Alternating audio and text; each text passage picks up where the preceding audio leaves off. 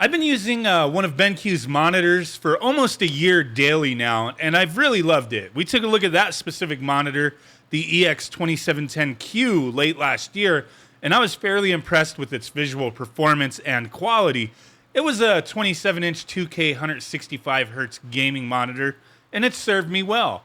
But now BenQ decided to send over a new monitor that is even more exciting to me, the EX2710U. This is a gaming monitor that has a 98% P3 color gamut with a 1 millisecond moving picture response time, 144 Hz refresh rate with its DisplayPort connection, and 120 Hz refresh with its two HDMI 2.1 ports. So you know we're going to be using this for PS5. And then we also got FreeSync Premium Pro technology, VESA certified display HDR 600, and also we have BenQ's emulated HDR-I for non-HDR content, which provides like intelligent adjustments to picture quality. And this is all in a 3-sided thin bezel setup. It's a really slick looking monitor. So I got this monitor put together quickly with its adjustable stand. No tools required. You don't need no screwdriver, nothing like that. The stand allows the monitor to be moved up or down with 100 millimeters of height adjustment and tilt by -5 degrees to 15 degrees and swivel 15 degrees both ways. Nice range of motion there with the adjustment, and it feels solid. Now today I wanted to focus using this monitor with my PS5 and Xbox Series S for this review, but obviously I think it'll make a perfect monitor paired with a decent, spec computer anyway. 4K 144 Hertz, yeah, pretty nice stuff. Now, one thing with this monitor that BenQ has kind of hyped up is the Trivolo 2.1 speakers, which this monitor has front-facing speakers with a rear subwoofer. Now, you have several different audio quick settings for different, genres of games, music, cinema, and sports, and then some other minor adjustments and whatnot. These settings, they'll optimize the audio differently depending on the scenario. Most monitors and TVs that include speakers built in typically are not great. And I'm not here saying that these Trivolo speakers are amazing, because they're not. But they are fine if you don't want to use external speakers or a headset for audio. The sound does come through clear, and it's not tinny or distorted at all. It sounds pretty good for built-in speakers. Better than most, to be honest. But for me, these speakers, they just don't get as loud as I like at times. So that's a minus for me. But overall, not bad. Now, one thing I like about this monitor is how many ports it has. Not only does it have DisplayPort and two HDMI 2.1 ports, and obviously the expected 3.5 millimeter audio jack, but it also has 4 USB 3.0 ports. Now, these ports can be used for many different purposes, but with the USB Type-B upstream port that this monitor has, you could pass through the USB 3.0 ports from the monitor to be used as a hub for your PC. I love this as, I could plug in wireless receivers, controllers, keyboards, whatever I want, and, it's kind of out of the way. I always feel like my PC runs out of USB ports quickly, no matter how many that I have on my setup, so this does help. I like that. Now, another interesting thing that this monitor has that I don't particularly find useful, but some may, is it does have a built-in AI noise canceling microphone for chat. So this can be useful to some, but for me, I didn't find it very useful as I have better options, I guess you could say. But if you're in a pinch, it works, and it works fine. But if you use the, noise cancellation, it can be a bit aggressive depending on how you have things set. If you have audio coming through the speakers on the TV and you're using a microphone, things can kind of get a little wonky at times. Like I said, can be useful, but for me, not so much. But with this monitor, besides that microphone thing, I found the visuals to be immediately impressive without any kind of tweaks to settings. Just, plugging it in and going. But we got plenty of options to play with if you feel the need.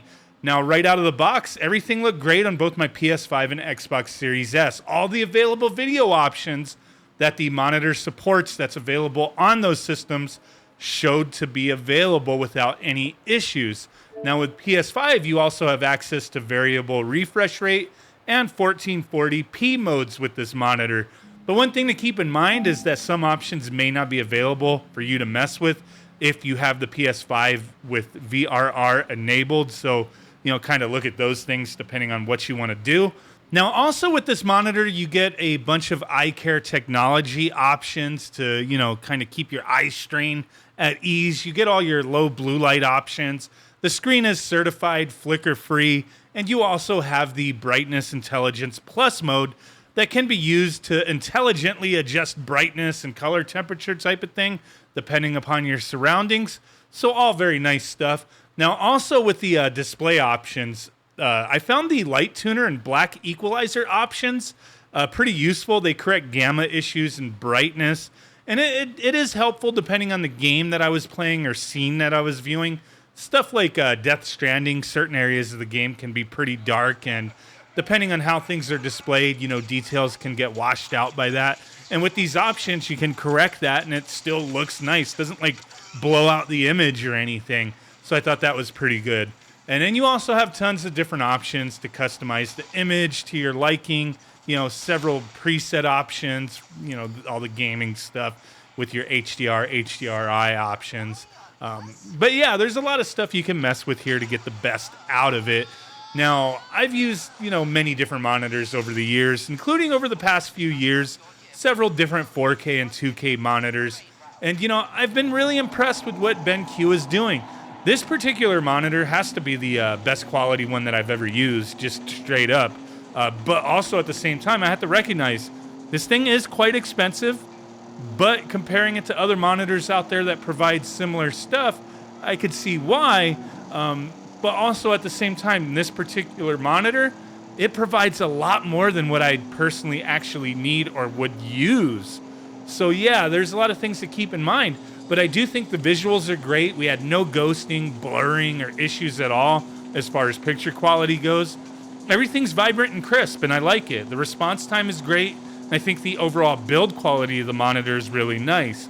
I really like the aesthetics of the Mobius line of monitors from BenQ. And this one looks pretty slick with its white casing. Kind of, works well with the Xbox Series S and the original plates on the PS5. Oh, and one thing, I almost forgot to bring this up. I don't know why. Maybe because it's not really that useful. But the monitor does have lights on the back that can be changed with how they behave or, what colors it displays. Not particularly useful. But if your monitor is close to a white backdrop, I guess, like a wall or something, the lighting effects could look cool, I suppose. But for me, using it in the middle of a room, it's not even noticeable. I didn't even know they were on. That's probably why I almost forgot about it. Now, if you're interested in this monitor, there's a lot more info on BenQ's website, and I'll have links down below if you want to check it out. Personally, I will be using this monitor every day going forward. I was using their previous one all the time. I really, enjoyed that one. But this one kind of, is over the edge with features, and I do dig it. Now, I do have to say, if you're in the market for a monitor with specs similar to what this BenQ monitor offers, I do hope this video was helpful, but always, I recommend doing as much research as possible before spending your hard-earned money. I really liked it. I only found a few things that really kind of, weren't that great to me, but at the same time, it's hard to say, hey, go buy it type of thing. Look into it as much as you can. Get the most bang for your buck with what you're willing to spend. And if I have any issues in the future with this particular monitor, I will post updates concerning my experience if needed. So keep an eye on my pinned comment on this video in case I have something to share. Like if all of a sudden it stops working or there's an update to it, whatever. I'll share more information if it comes, up anyway, just to keep you guys informed. So hey, really do appreciate you guys watching. Thank you. Catch you on the next one. Bye.